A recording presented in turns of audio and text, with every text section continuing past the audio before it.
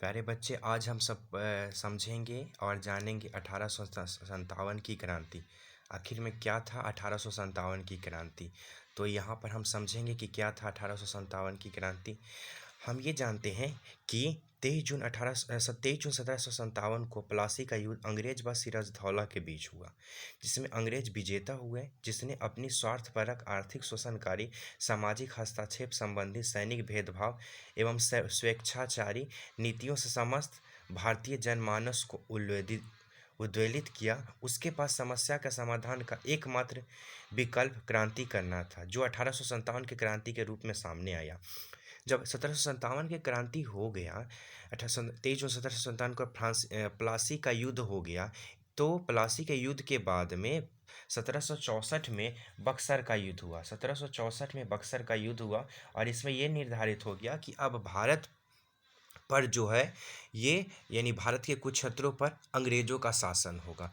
ये पूर्णतः ये निर्धारित हो गया। लगभग में ये निर्धारण ही बाद में अंग्रेजों के लिए सार्थक और उनके लिए सही साबित हुआ भारत के अन्य राज्यों को जीतने में। यानी 1757 का प्लासी का युद्ध से ज़्यादा 1764 का बक्सर का युद्ध ये निर्धारित कर दिया कि अब भारत पर अंग्रेजों का शासन हो सकता है, यानी हो ही सकता है, ऐसा निर्धारित कर दिया। और उसके बाद अंग्रेजों के नीतियों के कारण से जो क्रांति होना तो जैसे संभव होना ही प्रतीत हो रहा था, कई स्थितियों के कारण से, उनकी नीतियों के कारण से। अब 1857 की क्रांति के कारण क्या क्या थे उसको हम समझने का प्रयास करेंगे। इस क्रांति के निम्न कारण क्या थे। सबसे पहला एक में था राजनीतिक कारण। राजनीतिक में कारण में ये था कि लॉर्ड वेलेस्ली की सहायक संधि ने भारत में राजनीतिक असंतोष पैदा किया। सबसे ज़्यादा असर डलहौजी की राज हड़प नीति ने किया। लॉर्ड डलहौजी ने अपनी राज हड़प नीति के तहत सतारा, नागपुर, झांसी, अवध, संबलपुर एवं जौनपुर आदि रियासतों को हड़प लिया। बहादुर शाह जफर के वंशजों को लाल किला खाली करने का हुक्म दिया। नाना साहब की पेंशन बंद कर दी गई। इन सारी गतिविधियों के कारण अधिकांश राजा असंतुष्ट हो गए। यानी वेलेस्ली की सहायक संधि ने तो यहाँ तो राजनीतिक असंतोष पैदा किया, उससे ज़्यादा लॉर्ड डलहौजी की हड़प नीति ने किया। और इसके बारे में आप विस्तार से पिछले क्लास में भी पढ़ें तो इसमें भी समझ लीजिए। और यहाँ पर राज हड़प नीति के तहत में अगर किसी राजा के पास में उसके पास पुत्र अगर नहीं हो पाता था तो उनका राज्य माना जाता था कि अंग्रेजों के राज के अधीन हो जाएगा, उस पर अंग्रेज आधिपत्य कर लेते थे। इससे अधिकांश राजा असंतुष्ट हो गए उसकी राज हड़प नीतियों के कारण से। अब दूसरा कारण था आर्थिक कारण। दूसरा आर्थिक कारण था 1750 के पश्चात ब्रिटेन में औद्योगिक क्रांति हुई और बड़े पैमाने पर वहाँ मशीन लगाए गए।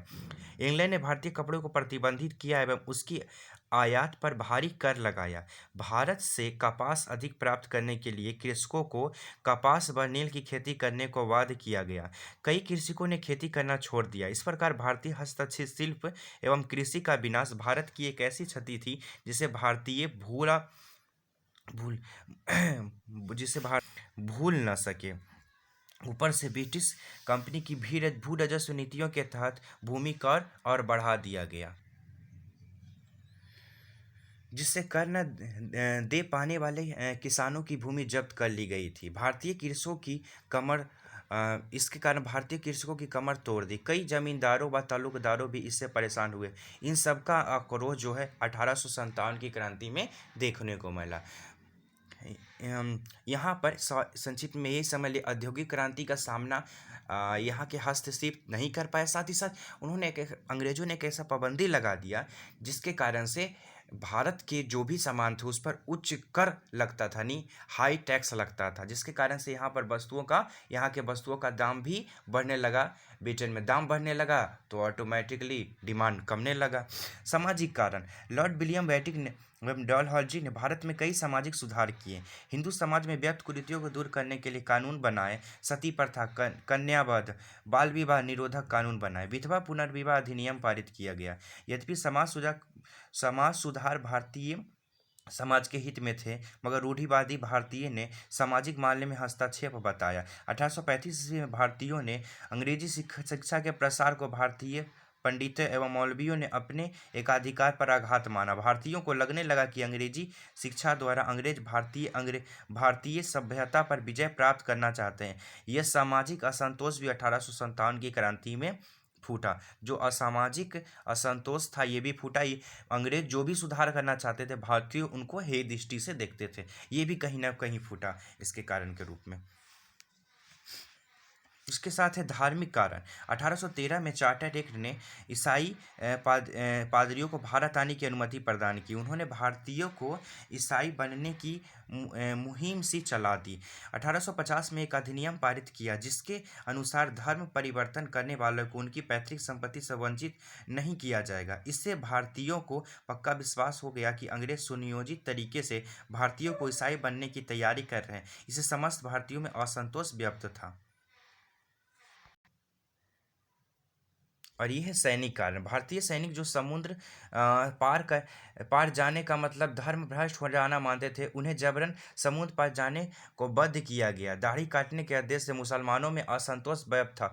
चमड़े की टोपी पहनने का कुलीन ब्राह्मण सैनिकों ने विरोध किया। उच्च पद केवल अंग्रेज सैनिकों को मिलते थे। अंग्रेज सैनिकों को भारतीय सैनिकों से अधिक वेतन व भत्ते मिलते थे। ब्रिटिश सैनिक भारतीय सैनिकों के साथ व्यवहार करते। सन 1854 ईस्वी में एक डाक अधिनियम पारित हुआ जिसके तहत सैनिकों की निःशुल्क डाक सुविधाएं भी समाप्त कर दी गई। इन सभी कारणों से सैनिकों में असंतोष का भाव प्रकट हुआ। तो धर्म भ्रष्ट करने के लिए सब तैयारी थे और साथ ही साथ में अब तो उन्होंने कई सारे हद ही पार कर दिया कई सारे चीज़ में। अब तत्कालिक कारण में ब्रिटिश सरकार ने लोहे की पुरानी जो बंदूक थे ब्राउन बेस बंदूक के जगह पर एनफील्ड राइफल के प्रयोग में लाने की बात कही।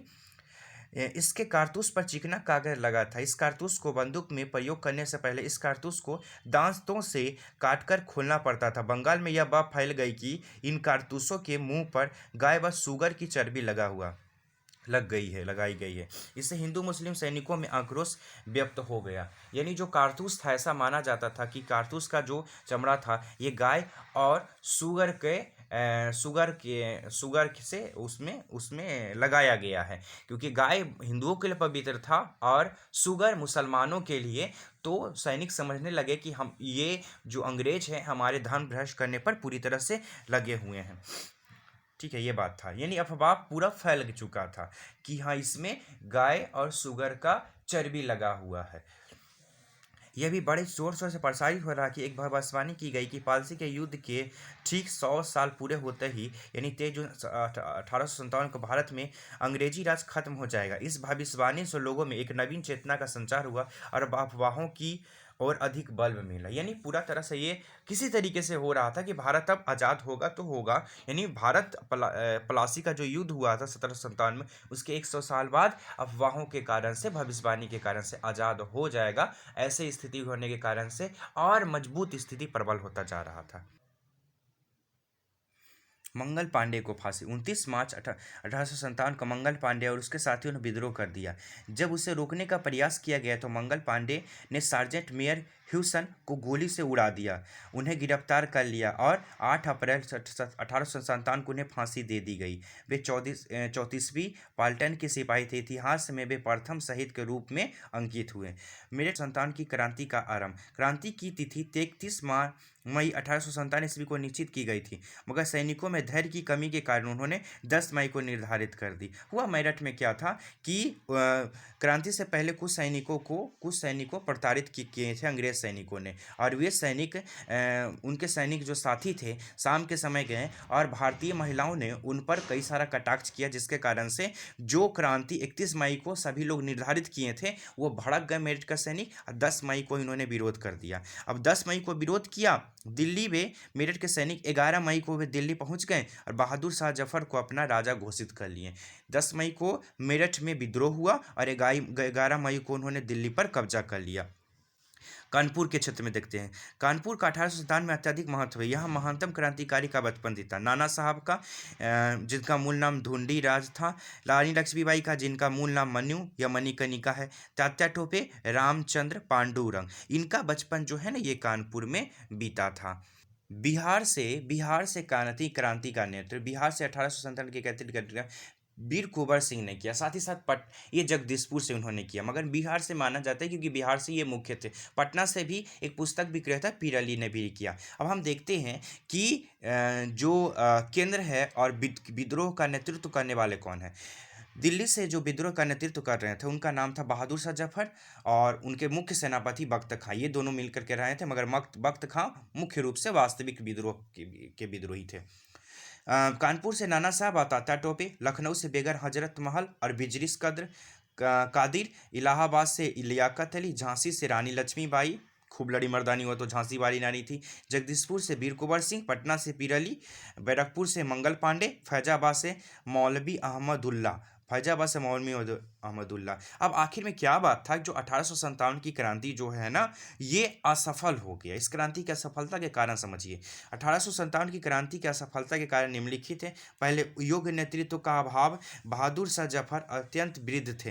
तात्या टोपे ने सभी नेताओं को संगठित करने का प्रयास किया, तब तक काफी देर हो चुका था। दूसरी ओर अंग्रेजों के पास योग्य सेनापति थे। भारत में अखिल भारतीय स्तर पर एक योग्य नेता का अभाव था, योग्य नेतृत्व का अभाव था भारत में। दूसरा, समय से पूर्व। विद्रोह की तिथि 31 मई 1857 को तय की गई, मगर विद्रोह समय से पूर्व 10 मई को ही प्रारंभ हो गया। तिथि से पहले ही यहाँ पर प्रारंभ हो गए। विद्रोह के क्षेत्र का सीमित होना। आखिर में विद्रोह के क्षेत्र का सीमित होना भी कारण था। विद्रोह भारत के कुछ स्थानों तक ही सीमित रहा, ज़्यादा स्थानों पर ये नहीं फैला। और चौथा नंबर में, गोरखे व सिखों द्वारा अंग्रेजों को मदद की। और गोरखे व सिख जो सैनिक थे अभी भी अंग्रेज को मदद कर रहे थे, सहायता कर रहे थे। गोरखों और सिखों ने अंग्रेजों की मदद की। वे इस युद्ध में अंत तक अंग्रेजों के प्रति वफादार बने रहे। सीमित संसाधन। विद्रोहियों के पास पुराने हथियार, भाला, बर्छा, तलवार आदि के साथ आधुनिक हथियार, बंदूक, तोप आदि का भी अभाव था। वैचारिक एकता का अभाव। विद्रोह के नेताओं के अलग अलग उद्देश्य थे, उनमें वैचारिक एकता का अभाव था। 7वां नंबर में, अनेक वर्गों की उदासीनता। शिक्षित साहूकार, जमींदार वर्ग अंग्रेजी शासन को भारत के लिए हितकर मानते, इसलिए उन्होंने इस युद्ध में भाग नहीं लिया। 1857 की क्रांति के परिणाम क्या था। 1857 की क्रांति के परिणाम दूरगामी हुए। इसे भारतीय स्वतंत्रता के प्रथम संग्राम की संज्ञा दी गई। यद्यपि क्रांति असफल हुई, मगर इस क्रांति ने भारतीयों में राष्ट्रवादी चेतना विकसित की। अंग्रेज सरकार को क्रांति के दमन में काफ़ी मुश्किलों का सामना करना पड़ा। 1857 की क्रांति के प्रमुख परिणाम निम्न साबित हुए। सबसे पहले, संवैधानिक परिवर्तन। ब्रिटिश संसद ने भारत सरकार अधिनियम 1858 पारित कर भारत में ईस्ट इंडिया कंपनी का शासन समाप्त कर दिया। अब भारत का शासन ब्रिटिश राज के हाथ आ गया। महारानी विक्टोरिया का घोषणा पत्र। 1858 में इलाहाबाद में एक दरबार लगाया गया, जिसमें इंग्लैंड की महारानी की ओर से एक घोषणा पत्र पढ़ा गया और भारतीयों में अंग्रेजों के प्रति व्यापक असंतोष को दूर करने का प्रयास किया गया। सैनिक संगठन में परिवर्तन। भारतीय सेना में यूरोपियों का प्रतिनिधित्व बढ़ाया गया। तोपखानों के संचालन का भार यूरोपीय सैनिकों को सौंपा गया। भारतीय सैनिक टुकड़ियों को धर्म व जाति के आधार पर नाम दिया गया। और चौथा में देखते हैं, फूट कालो राज्य करो की नीति का प्रारंभ। 1857 के क्रांति में हिंदू मुस्लिम एकता को देखकर अब अंग्रेजों ने भारत में फूट डालो एवं राज करो की नीति आरंभ किया। 1885 में स्थापित भारतीय राष्ट्रीय कांग्रेस की स्थापना का सामना करने के 1906 में अंग्रेजों ने मुस्लिम लीग का गठन किया। यानी कांग्रेस के विरोध में मुस्लिम लीग 1906 में अंग्रेजों ने बनवाया। 1909 के अधिनियम में मुस्लिमों को पृथक निर्वाचन क्षेत्र दिया गया। इसका परिणाम यह हुआ कि मुस्लिम लीग एवं कांग्रेस नेताओं के बीच विद्वेष बढ़ने लगा।